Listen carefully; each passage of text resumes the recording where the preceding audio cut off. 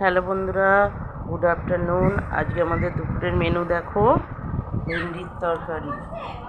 সেরকম কিছু ছিল না, ওই জন্য মাছ দিয়ে আলু দিয়ে করেছি ঝোল ঝোল, কালো জিরে দিয়ে। আর এই যে কলমি শাক ভাজা অল্প ছিল, আমের চাটনি, তারপরে এই যে ভাত, আলু ভাত মাখা হয়েছে। এখন ছেলে খাবে জল খাবারে। এই হচ্ছে আজকে আমাদের মেনু।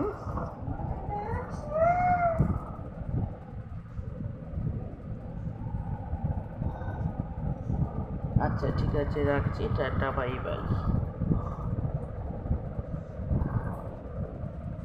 এই পাখি নিয়ে কি করছিস? চলে আয়।